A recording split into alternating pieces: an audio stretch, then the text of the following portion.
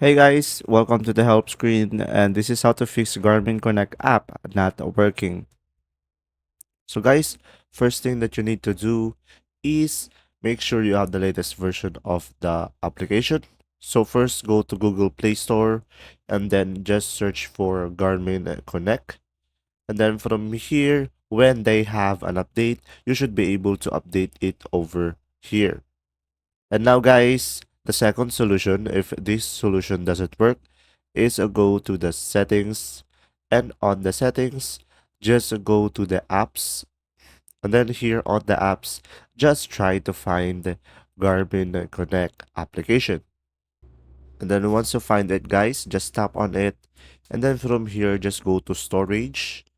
And then after that, make sure to clear cache and also clear data.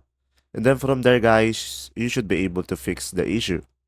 And the third solution, guys, if this method doesn't work, is try reinstalling the application. First, uninstall the app, and then from there, after it is done, just go back to Google Play Store and install the application again.